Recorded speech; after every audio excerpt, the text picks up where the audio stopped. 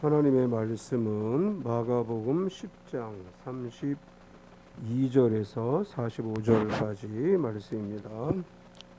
마가복음 10장 32절에서 45절까지 제가 가지고 있는 성경은 신약성경 72페이지입니다.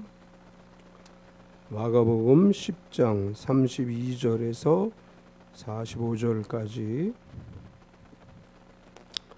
우리 찾으셨으면 천천히 같이 한 목소리로 합독하겠습니다.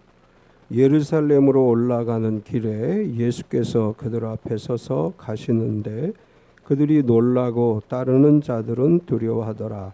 이에 다시 12 제자를 데리시고 자기가 당한 일을 말씀하여 이르시되 보라, 우리가 예루살렘에 올라가노니 인자가 대제사장들과 서기관들에게 넘겨짐에 그들이 죽이기로 결의하고 이방인들에게 넘겨주겠고 그들은 능욕하며 침뱉으며 채찍질하고 죽일 것이나 그는 3일 만에 살아나리라 하시니라.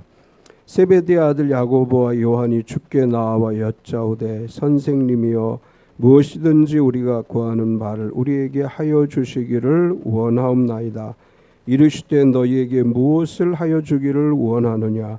여짜오되 주의 영광 중에서 우리를 하나는 주의 우편에 하나는 좌편에 앉게 하여 주옵소서. 예수께서 이르시되 너희는 너희가 구하는 것을 알지 못하는도다. 내가 마시는 잔을 너희가 마실 수 있으며 내가 받는 세례를 너희가 받을 수 있느냐. 그들이 말하되 할 수 있나이다. 예수께서 이르시되 너희는 내가 마시는 잔을 마시며 내가 받는 세례를 받으려니와 내 좌우편에 앉는 것은 내가 줄 것이 아니라 누구를 위하여 준비되었든지 그들이 얻을 것이니라. 10 제자가 듣고 야고보와 요한에 대하여 화를 내거늘 예수께서 불러다가 이르시되 이방인의 집권자들이 그들을 임의로 주관하고 그 고관들이 그들에게 권세를 부리는 줄 너희가 알거니와 너희 중에는 그렇지 않을지니 너희 중에 누구든지 크고자 하는 자는 너희를 섬기는 자가 되고 너희 중에 누구든지 으뜸이 되고자 하는 자는 모든 사람의 종이 되어야 하리라. 인자가 온 것은 섬김을 받으려 함이 아니라 도리어 섬기려 하고 자기 목숨을 많은 사람의 대속물로 주려 함이니라. 아멘. 우리 차진주 집사님 기도하신 내용의 마지막 부분은 우리 권사 장로님들 취임식 할 때 고백하게 해야 될 만한 내용이에요. 다 앞에 손을 들고 이렇게 살겠습니다. 이렇게 맹세할 만한 너무 감동적인 내용이었어요. 그 나한테 나중에 줘요. 그거 맹세시키게. 며칠 전에 조금 마음 아픈 뉴스를 봤습니다. 어떤 내용이냐 하면 성수동에 있는 할렐루야 선교교회라는 교회가 있는데 약 38년 정도 된 교회인데 교회가 이제 오래되다 보니까 보수 유지비가 너무 많이 들어가니까 교회를 팔자, 그리고 새로운 건물을 지어서 다음 세대에게 물려주자. 그래서 매각을 시도했는데 사는 교회가 없는 거예요. 그래서 일반 법인에게 이제 건물을 팔았습니다. 교회는 이게 교회 건물이었으니까 매입하는 사람들에게 이제 신신당부를 한 거죠. 이게 교회였으니까 좋은 용도로 사용해 달라. 이제 법인 측에서도 건물을 사면서 약속을 했습니다. 여기 젊은 음악가들이 음악을 하는 공연장 뭐 이런 용도로 쓰겠습니다. 그런데 어떤 소문이 들리기 시작했냐 하면 할렐루야 선교교회가 클럽으로 변했다, 이런 소문이 들게 됐어요. 그 이제 교회 측에서 갑자기 자기네가 판 교회가 술집이 됐다, 이런 얘기를 들으니까 이게 무슨 일인가 하고 확인을 해봤더니 이 건물을 산 교회가 이제 법인이 위에 십자가만 떼놓고 공간 대여장으로 용도 변경을 했어요. 공간 대여장이라는 건 사람들에게 공간을 대여해주고 돈을 받는 그런 형태예요. 그러니까 월세 개념이 아니고 뭐 한 번, 두 번 이렇게 하루 이틀 이렇게 빌려서 사용하면 거기에 대한 돈을 받는 요즘 공간 대여업이라고 하는 게 굉장히 성행하고 있습니다. 작은 공간 대여업도 성행을 하는데, 그런데 이 공간을 대여받은 빌린 사람이, 소비자들이 거기서 술 파티를 연 거예요. 그러니까 술 먹고 춤추고 노래하고, 밖에서 봤을 때는 마치 클럽에 온 것처럼, 클럽에서 이렇게 하는 것처럼 보여진 거예요. 그래서 그 성수동에 소문이 나기를 교회가 클럽으로 바뀌었다, 이렇게 소문이 났어요. 안타까운 건 교회 건물이 그대로예요. 사진에 이렇게 나온 거 보면 교회 건물은 그대로 있고 십자가만 뗐어요. 20년 전에 우리는 유럽 교회들이 클럽으로 바뀌고 술집으로 바뀌었다는 이야기를 듣고 가슴 아파했습니다. 20년 전만 해도 우리 교회들이 엄청 막 부흥하던 시절이니까 우리 한국 교회는 유럽 교회 이야기를 들으면서 이렇게 얘기했습니다. 한국 교회는 절대로 그런 일이 일어나지 않을 거다. 한국 교회는 이제 계속해서 성장하는 교회이기 때문에 절대로 그렇지 않을 것이다. 한 20년 전만 해도 그런 이야기를 했습니다. 그런데 지금 우리나라 교회들이 유럽 교회들처럼 변해가는 현상을 보게 됐습니다. 물론 그 교회가 완전히 클럽으로 바뀐 것은 아니지만 우리나라 교회 건물들, 우리가 예배당이라고 하는 이 교회 건물들이 언제든지 유럽의 교회들처럼 바뀔 가능성이 충분히 있다. 이런 이제 가능성이 그 성수동 할렐루야 선교교회를 통해서 우리가 보게 됐습니다. 이런 일들을 보면서 교회들에게 몇 가지 이제 하나님이 주시는 경고의 메시지가 있는데, 큰 예배당을 짓는 것을 신중하게 생각해야 된다라는 것과 새 예배당을 지으려고 오래된 예배당을 매각할 때 신중해야 된다. 서산에 아주 큰 교회가 구교회를 매각하고 새로운 도시에 새로운 교회당을 지으려고 했는데 매각이 안 되는 거예요. 그래서 결국은 이단에게 매각을 했어요. 아주 유명한 목사님인데, 그래서 그것이 서산의 기독교 단체에서 그 목사님에게 항의하는 이런 일이 발생을 했습니다. 대전에 우리 이제 그 옛들교회 밑에 이렇게 보면 옛날에 교회 건물이었었는데 절로 바뀐 데가 있어요. 교회 건물 그대로인데 십자가를 떼어내고 절 마크를 달아놓고 절로 사용하는 데가 있습니다. 무리한 건축이 하나님의 영광을 가릴 수도 있다는 생각을 하게 돼요. 많은 교회들이 대출을 받아서라도 교회를 지어야 된다. 20년, 30년 전만 해도 다 그렇게 생각했어요. 하나님이 대출 받아서 지으면 다 갚아주실 거다. 그래서 무리하게 대출을 받아서 교회를 지었는데, 그게 이제 대출금을 못 갚으니까 교회들이 경매에 나왔습니다. 엄청 많은 교회들이 경매에 나왔는데, 문제는 교회들이 교회를 사지 못하는 상황이 됐어요. 그러니까 많은 교회들이 이단에게 넘어가고, 우리 잘 아는 엄기호 목사님 교회도 그 다락방으로 넘어가고, 또 이게 이단으로 넘어가는 것뿐만 아니라 이제는 술집으로 팔리는 날이 곧 오게 되는 상황이 이제 임박해가고 있습니다. 그 미국에서 저에게 가장 충격이 되었던 일은 1980년대 우리나라에서도 많이 알려졌던 로버트 슐러 목사님, 나는 할 수 있다 막 책 선풍적이었었는데, 크리스탈 처치라고 해서 엄청난 교회를 줬습니다. 그 교회가 결국은 유지를 못하고 캐토릭으로 넘어갔어요. 캐토릭이 매각이 됐어요. 거기 이제 미국의 총회에 갔다가 그 건물 주변에서 총회가 열려서 그 교회 이렇게 한번 옆을 돌아볼 기회가 있었는데, 한국 교회 개신교 안에서 이 크리스탈 처치는 굉장히 모범적인 상징적인 교회로 부각이 돼서 많은 젊은 목회자들에게 이제 본이 됐던 교회였는데 운영이 안 돼서 결국은 매각이 됐습니다. 이제 이런 이야기들을 제가 하는 이유는 뭐냐 하면, 우리에게 있어 우선순위가 뭔가라고 하는 거예요. 우리가 이제 처음에 막 교회를 짓고 또 이왕이면 더 큰 교회를 짓고 이렇게 생각하고, 그렇게 교회 건축을 열심히 하고 이제 이렇게 무리를 해서라도 교회를 짓고, 이런 일들은 결국 어떤 데서 오는 것이냐 하면 나를 드러내기 위한 거죠. 우리 교회는 이런 교회야. 우리 교회는 이렇게 멋있는 교회를 지었어.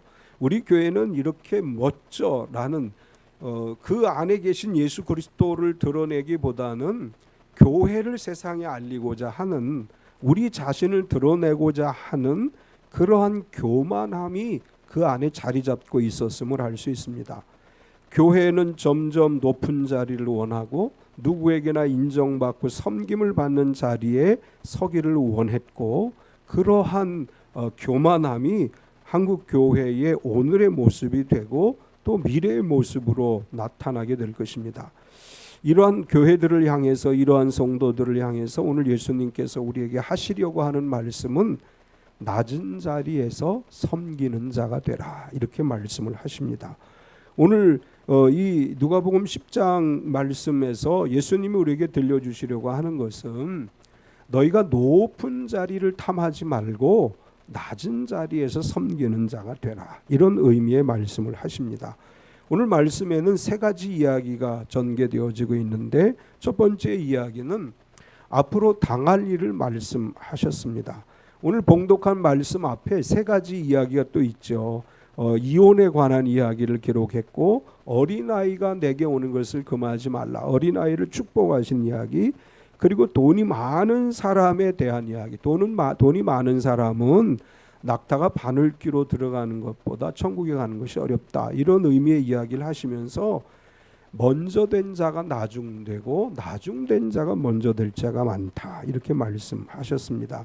이어서 예수님은 예루살렘으로 올라가시면서 내가 앞으로 예루살렘에 올라가면 이런 일을 겪게 될 것이다, 이렇게 말씀하시면서 예루살렘에 올라가서 예수님이 겪게 될 일은 이방인에게 넘겨질 것이다, 이렇게 말씀하셔요. 32절 33절을 보면 예루살렘으로 올라가는 길에 예수께서 그들 앞에 서서 가시는데 그들이 놀라고 따르는 자들은 두려워하더라. 이에 다시 12제자를 데리시고 자기가 당할 일을 말씀하여 이르시되 보라, 우리가 예루살렘에 올라가노니 인자가 대제사장들과 서기관들에게 넘겨짐에 그들이 죽이기로 결의하고 이방인들에게 넘겨주겠고. 우리가 잘 아는 것처럼 마태, 마가, 누가, 요한복음 중에 마가복음이 가장 짧죠. 16장까지 되어 있습니다.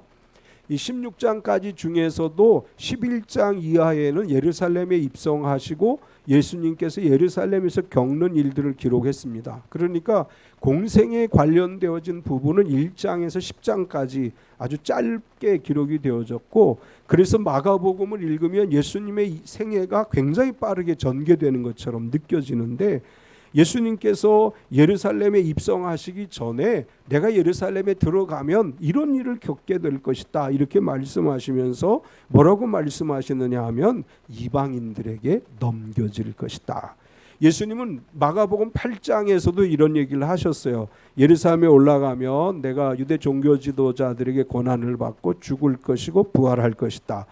그리고 나서 10장에 와서 다시 한번 예루살렘 입성하시기 전에 내가 예루살렘에 올라가면 대제사장과 서기관들에게 넘겨지게 될 것이고 그 유대 종교 지도자들은 나를 이방인의 손에 넘겨줄 것이다.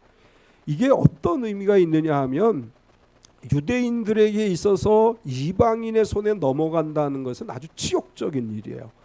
이제 이때 로마가 이스라엘을 지배하고 있었는데 로마가 유대인들에게 자치권을 준 내용 부분들이 있어요. 특별히 어떤 자치권을 허용했느냐 하면 종교 치리의 자치권을 허용을 했습니다. 그래서 우리가 이제 사도행전을 읽어보면 이제 산헤드린 공회가 모이는 이야기, 예수님이 십자가에 달리시기 전에도 공회가 모인 이야기들이 기록되어져 있는데 로마 정부는 종교적인 문제는 간섭하지 않았어요. 그래서 유대인들이 스스로 종교적인 치리를 할 수 있게 종교적인 율법에 입각해서 사람을 죽일 수도 있는 권한까지 유대인들에게 부여를 했습니다. 그런데 유대 종교 지도자들은 예수님을 자기들의 치리권에 의해서 자기들의 종교적 처단을 한 것이 아니고 이방인 손에 넘기게 돼요. 로마인 손에 넘기게 됩니다. 이것은 뭘 얘기하는 것인가 하면 치욕적인 죽음을 의미하는 거예요.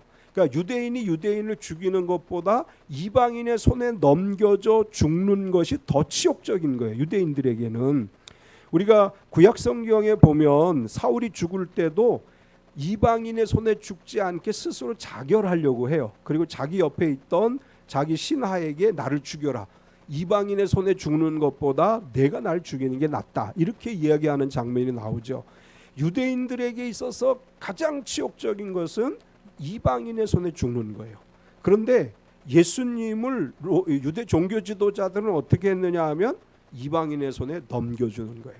그들이 나중에 빌라도가 그렇게 얘기해요. 너희가 스스로 처리할 수 있지 않느냐. 예수님을 신문하실 때, 판결할 때 유대 종교 지도자들에게 그렇게 얘기해요. 너희 종교법에 의해서 너희가 치리해라. 너희가 알아서 처리를 해라. 이렇게 말하지만 유대 종교 지도자는 그걸 거부해요. 왜냐하면 이방인의 손에 넘겨주어서 아주 치욕적인 최후를 맞이하게 하기 위해서 그렇게 이제 한 것입니다. 예수님은 그걸 이야기하시는 거예요. 유대 종교 지도자들은 나를 죽이기로 결의하고 이방인의 손에 넘기겠다. 그리고 이방인들에 의해서 나를 죽을 것이다. 34절에 그들은 능욕하며 침뱉으며 채찍질하고 죽일 것이나 그는 3일 만에 살아나리라 하시니라. 이방인들에게 넘겨져서 채찍에 맞고 그거로 끝나는 게 아니라 이방인들에 의해서 가장 치욕적인 죽음을 맞이하게 될 것이다. 침뱉음을 당하고 채찍질을 당하고. 유대인으로서 이방인이 침을 뱉고 채찍질을 하면 그건 씻을 수 없는 치욕적인 일이고, 그럴 뿐만 아니라 세계 역사, 인류 역사 가운데 가장 치욕적인 죽음이 십자가의 죽음입니다. 그런데 예수님은 그 죽음을 맞이하게 되죠. 아무 죄도 없으신 분이지만 유대 종교 지도자들에 의해서 이방인인 빌라도에게 넘겨지고, 빌라도는 예수님을 십자가 처형 판결을 하게 되고 로마 군인들의 손에 넘겨져서 모든 고난과 치욕을 당하시고 십자가에 달려 돌아가시게 됩니다. 왜 예수님은 이 이야기를 왜 하셨을까요? 제자들이 예수님을 그 고난 속에서 건져주실 것이라고 믿고 말씀하신 게 아니죠. 제자들에게 앞으로 예루살렘에서 이런 일들이 일어날 것이니까 너희는 마음으로 준비하라, 그런 말씀이에요. 이제 예루살렘에 올라가서 너희가 지금 굉장히 들떠 있는데 올라가서 나는 고난 당할 거야. 이방인의 손을 넘겨 죽을 거야. 그때를 생각해서 너희는 그런 상황이 임박하게 되면, 그런 상황을 만나게 되거든 미리 어떻게 할 것인가를 준비하라, 그런 이야기로 하신 거예요. 그런데 우리가 성경을 읽어보면 제자들은 예수님의 말씀을 전혀 귀담아 듣지 않아요. 그런 일이 일어날 것이라고 분명하게 말씀하셨음에도 아무도 그걸 염두에 두지 않았다는 것을 알 수 있습니다. 계속해서 예수님은 그러나 3일 만에 다시 살아날 것이다, 이렇게 말씀하셨어요. 34절 뒷부분에 보면 그는 3일 만에 살아나리라 하시니라. 예수님은 이방인의 손, 로마 총독이었던 빌라도에 의해서 사형 언도를 받게 되고 로마 군인들에 의해 십자가에 달려 돌아가셨습니다. 그러나 예수님은 사망 권세 이기시고 부활하셨습니다. 예수님이 이 땅에 오신 목적은 우리를 위해 죽으시고 부활하시기 위한 것이고, 예수님이 죽으심으로 우리의 죄와 허물과 무거운 짐은 다 예수님의 십자가에 대신 짊어지심으로 우리는 예수님의 십자가로 죄사함을 받게 됐고, 예수님이 죽으시고 부활하심으로 말미암아 영원한 생명을 얻게 된 것입니다. 두 번째는 너희가 구하는 것을 알지 못하는도다. 예수님이 이제 예루살렘으로 막 가시고 있어요. 11장에 보면 예루살렘 입성 장면이 등장해요. 그러니까 지금은 예루살렘으로 가는 도중에 이런 이야기를 하셨습니다. 그런데 예수님께서 나는 곧 예루살렘에 올라가서 이방인에게 넘겨지고 고난받고 죽을 거야, 그리고 부활할 거야, 이렇게 얘기했는데 제자들은 우리말로 귓등으로 듣지도 않았어요. 전혀 예수님이 말씀하신 것을 귀담아 듣지 않고 야고보와 요한이 와서 예수님에게 우리가 원하는 것을 들어주소서, 이렇게 요청을 합니다. 어떻게 보면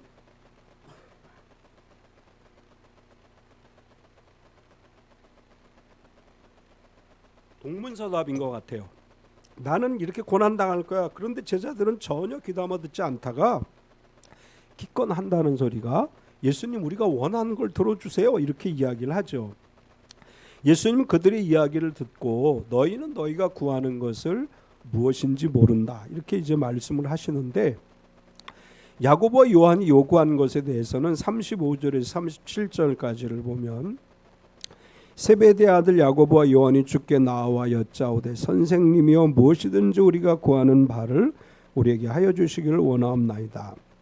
이르시되 너희에게 무엇을 하여 주기를 원하느냐 여짜오되 주의 영광 중에서 우리를 하나는 주의 우편에 하나는 좌편에 앉게 하여 주옵소서. 예수님이 예루살렘에 입성하실 즈음에 이스라엘의 상황은 어땠는가 하면 예수님에게 열광하는 상황이었죠. 3년의 공생의 사역 동안 병자를 고치고 기적을 행하고 말씀으로 은혜를 베푸시고, 그래서 많은 사람들이 예수님을 따라다니는, 오늘 표현으로 하면 열광하는 상황이었습니다. 그러니까 제자들이 생각하기에 이번에 예루살렘에 올라가시면 뭔가 새로운 일이 일어날 것 같았고 예수님의 시대가 열릴 것 같았습니다. 그래서 야고보와 요한은 아주 발빠르게 곧 예수님의 시대가 열릴 것 같은데 우리가 먼저 자리를 요구하자 이렇게 둘이서 이야기를 하고, 그 두 사람이 형제이기 때문에 예수님에게 가서 얘기합니다. 주님 우리의 요구를 들어주옵소서. 예수님 뭐라고 말씀하셨어요? 내가 너에게 무엇하여 주기를 바라느냐 그랬더니 이렇게 얘기하죠. 주의 영광 중에 하나는 오른쪽에 하나는 왼쪽에 앉게 해주옵소서. 영광 중에라고 하는 말은 주님의 나라가 임하게 될 때, 다르게 말하면 예수님이 권세를 잡으셨을 때 우리는 오른쪽 왼쪽에서 주님을 보필하는 직책을 맡게 해주옵소서. 이제 이런 요청이죠. 예수님은 이러한 요청을 듣고 나서 그들에게 이렇게 얘기하셨어요. 너희가 구하는 것을 알지 못한다. 38절과 39절에 예수께서 이르시되 너희는 너희가 구하는 것을 알지 못하는도다. 내가 마시는 잔을 너희가 마실 수 있으며 내가 받는 세례를 너희가 받을 수 있느냐. 그들이 말하되 할 수 있나이다. 예수께서 이르시되 너희는 내가 마시는 잔을 마시며 내가 받는 세례를 받으려니와. 요한과 야고보와 요한은 주님의 나라가 임하실 때 우리를 하나는 오른쪽에 하나는 왼쪽에 앉혀달라 이렇게 얘기했더니, 예수님은 너희가 구하는 걸 알지 못하는다. 너희는 내가 마시는 잔을 마시고 내가 받는 세례를 받을 수 있느냐 이렇게 질문하시니까 이 사람들은 아주 용감하게 얘기해요. 예, 할 수 있습니다 이렇게 대답을 하죠. 예수님은 아마 그들을 쳐다보시면서 아마도 측은히 여기며 말씀하셨을 거예요. 너희가 내가 마시는 잔을 마시며 내가 받는 세례를 받을 것이다. 예수님이 마시는 잔과 받을 세례는 고난의 잔과 죽음의 세례죠. 이 고난의 잔을 마시게 될 것이다 이렇게 말씀하셨는데 실제로 그렇게 이루어지죠. 초대교회에서 사도들 중에 제일 먼저 순교하신 분이 야고보 사도예요. 사도행전 12장에 보면 헤롯이 요한의 형제 야고보를 칼로 죽였다 이렇게 기록을 해요. 최초의 순교자는 스데반 집사님이지만 사도들 중에서 최초의 순교자는 야고보 사도예요. 이 야고보 사도는 예수님께서 내가 마시는 잔을 내가 마실 것이다라고 말씀하신 대로 최초의 순교자가 됐습니다.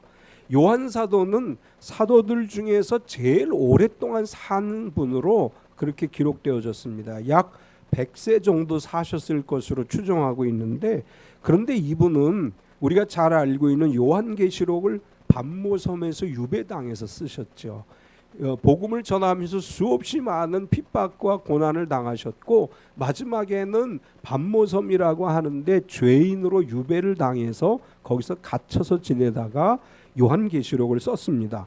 결과적으로 예수님이 말씀하신 대로 요한과 야고보는 자신들이 구하는 것이 무엇인지 몰랐지만 그들이 내가 마시는 잔과 세례를 받을 수 있느냐 했을 때 예 주님 그렇게 하겠습니다 라고 대답을 했고, 그 결과 야고보는 최초의 사도 순교자가 됐고 요한은 가장 오랜 세월을 살면서 고난 속에서 복음을 증거했습니다.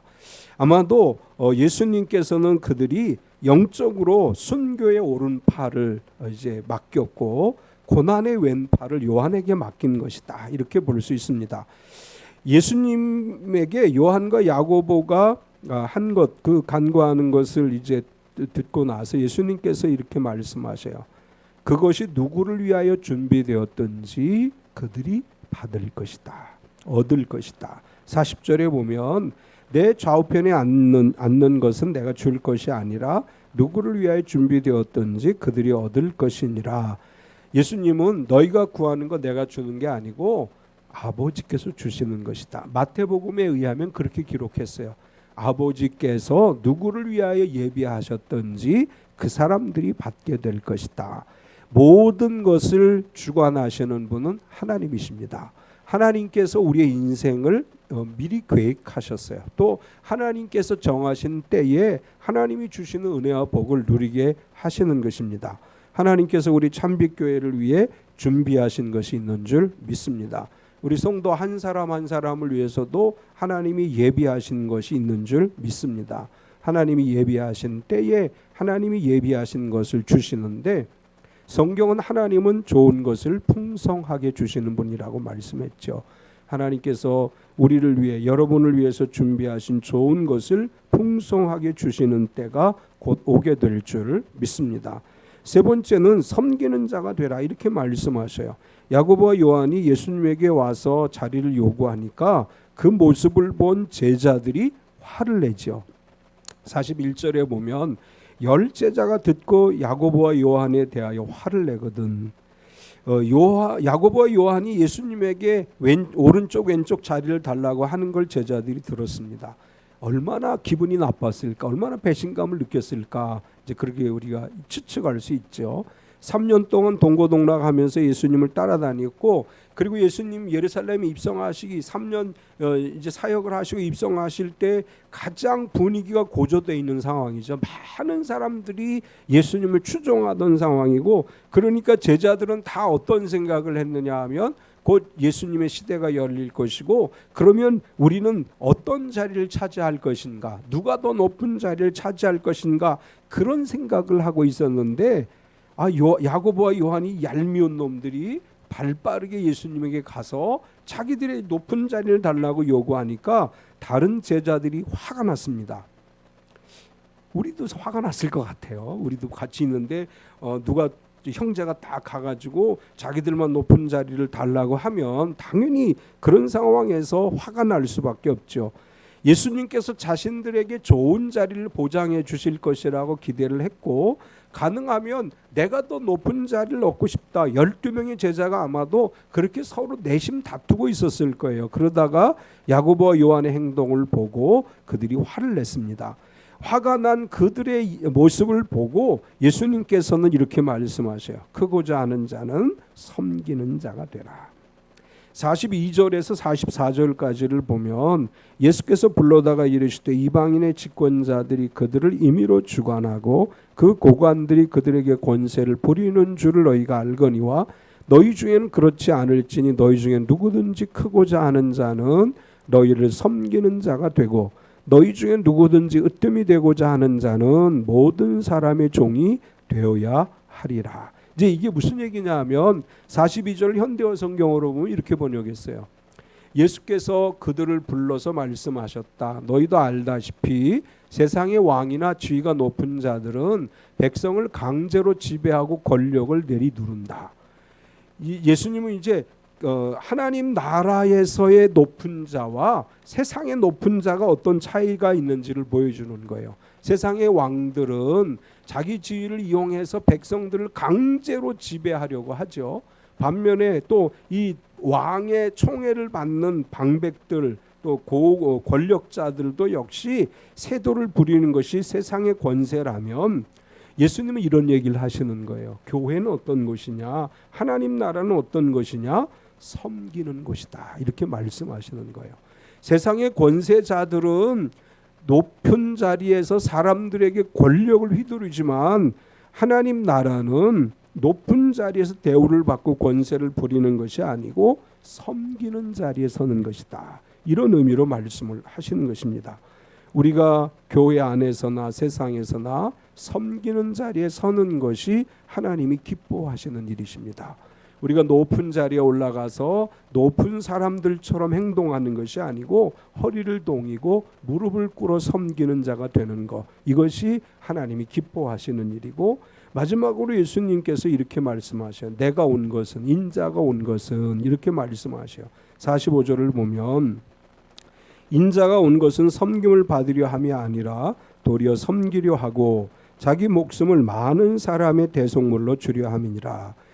그들이 생각하고 있었던 것은 권력이에요. 그런데 예수님은 이렇게 말씀하시는 거예요. 내가 왜 왔는지 아니? 나는 하나님이야. 성부 성자 하나님인데 나는 그 높은 하늘 보좌를 버리고 이 땅에 왔어. 왜 왔냐? 섬김을 받으려고 온 게 아니고 오히려 섬기려고 온 것이다. 나는 저 높고 높은 하늘 보좌를 버리고 가장 낮고 천한 인간의 모습으로 마국간에 태어났고 유대인들이 사는 사회에서도 가장 가난한 사람들이 사는 나사렛에서 살았고, 지금도 나는 말을 타고 다니면서 권세를 부리는 것이 아니고 먹을 것이 없고 입을 것이 없고 잠잘 곳이 없음에도 너희들을 위해서 나는 섬기기 위해서 여기 온 거야, 이렇게 말씀하시고, 심지어는 내 목숨을 많은 사람들에게 대속물로 주기 위해서 온 것이다, 이렇게 말씀을 하셔요. 제자들의 관심은 누가 더 높은 자리에 앉느냐, 이게 제자들의 관심인 반면에 예수님은 제자들, 아직도 깨닫지 못하는 제자들에게 말씀하시는 거예요. 내가 왜 왔는지 아니? 나는 섬김을 받으려 온 게 아니라 너희를 섬기러 온 거야. 나는 저 높고 높은 하늘 보좌를 버리고 가장 낮고 천한 인간의 모습으로 너희에게 와서 지금 너희를 위해 나의 목숨까지 내어놓으면서 너희를 섬기려고 하는 거야, 이렇게 말씀하고 있습니다. 예수님은 교회가 섬김을 받는 곳이 아니고 섬기는 곳이 되기를 원하십니다. 우리가 교회에서 직분을 맡아서 일을 한다는 것은 섬기는 것을 얘기하는 거예요. 무릎을 꿇고 사람들의 발을 씻기고 사람들에게 더 하나님께 가까이 나아갈 수 있도록 도와주고 섬기는 일을 하는 것이 우리가 해야 될 일임을 말씀하고 있습니다. 우리 서로 사랑하고 서로 섬기고 서로 나누고 베풀면서 주님의 나라를 세워가는 우리 참빛교회 모든 성도가 되시기를 축원합니다. 이 시간 우리 한번 통성으로 기도하겠습니다. 주님, 우리가 섬기는 자리에 서게 해 주옵소서. 우리 예수님께서 섬기기 위해서 이 땅에 오셨다고 말씀하셨는데 우리도 섬기는 자가 되게 해 주옵소서. 또 하나 기도할 것은 우리의 자녀들을 위해 기도하기 원합니다. 지금 군 복무 중인 자녀, 학교 다니는 자녀, 직장 생활하는 자녀들 하나님 축복해 주셔서 이 다음 세대들이 이 나라의, 이 교회의 주인이 돼서 하나님 나라를 이 땅에 전하고 하나님의 영광을 나타내는 축복의 자녀들이 되게 해 주옵소서. 우리 같이 한번 합심해서 기도하겠습니다. 할렐루야. 거룩하신 하나님 감사합니다. 우리가 언제나 겸손하게 섬기는 자의 자리에 서기를 원합니다. 우리가 늘 세상의 권력을 따라가려고 하는 마음이 있습니다. 높은 자리에 앉아서 권세를 부리려고 하는 그런 교만함이 우리에게 있습니다. 예수님께서 제자들에게 말씀하시기를 나는 섬김을 받으러 온 것이 아니고 오히려 섬기려고 왔다라고 말씀하셨습니다.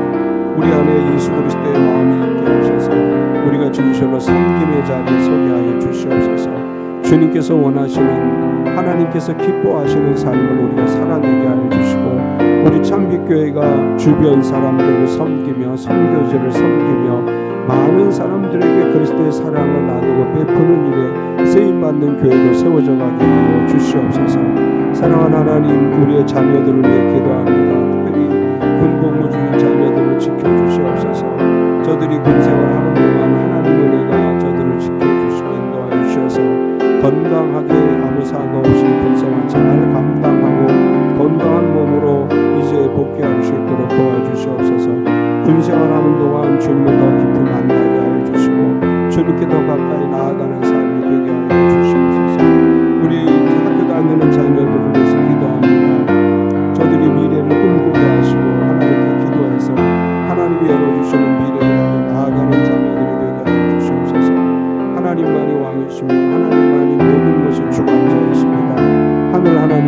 영광 받으시고 존귀와 찬양을 받으시되 사랑 우리 자녀들의 다음 세대들을 통해서 이 나라가 더 굳건하게 세워지고 교회들이 더 굳건하게 세워지고 하나님의 영광을 비틀어내도록 축복하여 주시옵소서. 직장 생활하는 자녀들을 축복해 주시고 사업을 경영하는 자녀들을 축복해 주시옵소서. 하나님이 주시는 복을 누리 우리 자녀들 되게 하여 주시고 진실로 하나님의 영광을 쓰임받는 우리 사랑하는 자녀들이 되게 하여 주시옵소서.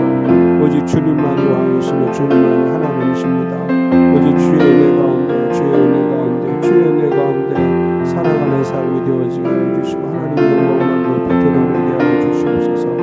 진실로 하나님의 은혜가 우리 참미교회 모든 성도들의 삶에 임하기를 원합니다. 하나님의 그 능력의 팔로 우리를 안아주시고 권능의 손으로 우리를 지켜주시옵소서. 주님 감사합니다. 주님만 찬양을 경배합니다. 주님, 우리의 무릎을 꿇게 하여 주시옵소서. 우리의 손이 섬김의 손이 되게 하여 주시옵소서. 우리가 높은 자리를 바라보기보다 낮은 자리에서 주님을 닮아가게 하여 주시옵소서. 사랑하는 자녀들을 위해 기도합니다. 사랑하는 주님, 우리 학교에 다니는 어린 자녀들이 미래를 꿈꾸게 하시고 하나님을 만나 기도하는 자녀들 되게 하여 주시고 저들의 미래가 하나님의 복을 누리는 미래가 되게 하여 주시옵소서. 군복무 중인 자녀들 건강하게 군생을 마치게 하여 주시고 힘들고 어려울 때 기도하게 하여 주시옵소서. 직장 생활하고 사업을 경영하는 자녀들이 하나님의 복을 누려서 물질적으로 어려움 겪지 않게 하시고 살아가는 동안 주의 영광을 드러내게 하여 주시옵소서. 이 오후 시간에 적은 무리가 하나님을 예배했습니다. 두세 사람이 모인 곳에 함께 하신다고 하신 주님, 오늘 이곳에 예배하는 사랑하는 우리 성도들을 축복해 주셔서 건강을 주시고 또 여러 어려운 일들이 변하여 감사와 기쁨이 되게 하여 주시고 언제나 자랑할 일, 감사할 일이 넘치게 하여 주시옵소서. 예수님의 이름으로 기도드리옵나이다. 아멘.